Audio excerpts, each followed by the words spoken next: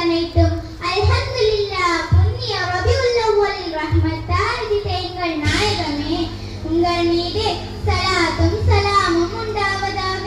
மேலும் உங்கள் குடும்பத்தார்கள் மீதும் உங்களை அப்படியே பின்பற்றிய சத்திய சஹாபாக்கள் மீதும் முஃமினான நம் அனைவர்களின் மீதும் என்றென்றும் நிலவட்டுமாக.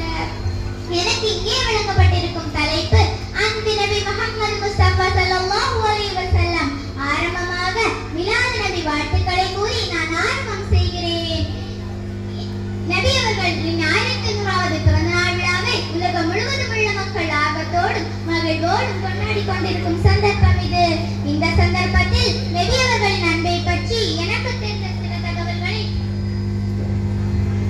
உங்களோடு பகிர வந்துள்ளேன். அல்லாஹ் அருள் புரிவானாக. அல்லாஹ் தன் திருமறையில் கூறுகிறான், முஃமின்களே, நம்முடைய ஒரு தூதர் நிச்சயமாக உங்களிடம் வந்திருக்கின்றார்.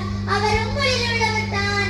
உங்களுக்கு ஏதாவது துன்பம் ஏற்பட்டு அதனால் நீங்கள் கஷ்டத்திற்குள்ளாகிவிட்டால் அது அவர்களுக்கும் வருத்தமாக இருக்கும். அவ்வளவு தூரம் உங்கள் மீது அன்புடையவர்.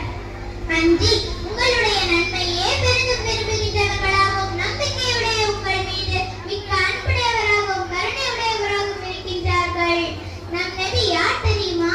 தனக்காகவும் தன் குடும்பத்திற்காகவும் வேண்டி கவலைப்பட்டதை விட தன் சமூகத்திற்காக வேண்டி கவலைப்பட்டது அதிகம். தனக்காகவும் தன் குடும்பத்திற்காகவும் வேண்டி துஆ செய்ததை விட தன் சமூகத்திற்காக வேண்டி துஆ செய்தது அதிகம். தன்னை பற்றியும் தனது குடும்பத்தை பற்றியும் உள்ள சிந்தனையை விட தன் சமூகத்தை பற்றிய சிந்தனை அதிகம் உடையவர்களாக இருந்தார்கள். நம் நபி நம் மீது எந்த அளவு அன்பு கொண்டிருக்கிறார்கள் தெரியுமா?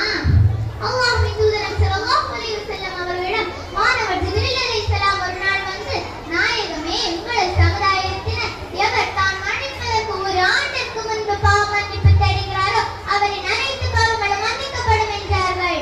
அதை கேட்ட நபி ஸல்லல்லாஹு அலைஹி வஸல்லம் சொன்னார்கள், ஜிப்ரீலே, எனது சமுதாயத்தினர் மறதியில் மிகைத்தவர்கள். ஆதலால் ஒரு ஆண்டு என்பது அவர்களது விஷயத்தில் மிகவும் பாரதூரமான காலகட்டம் என்றார்கள். மீண்டும் வந்தார்கள். மீண்டும் வந்து சொன்னார்கள், நபியே, உங்கள் சமுதாய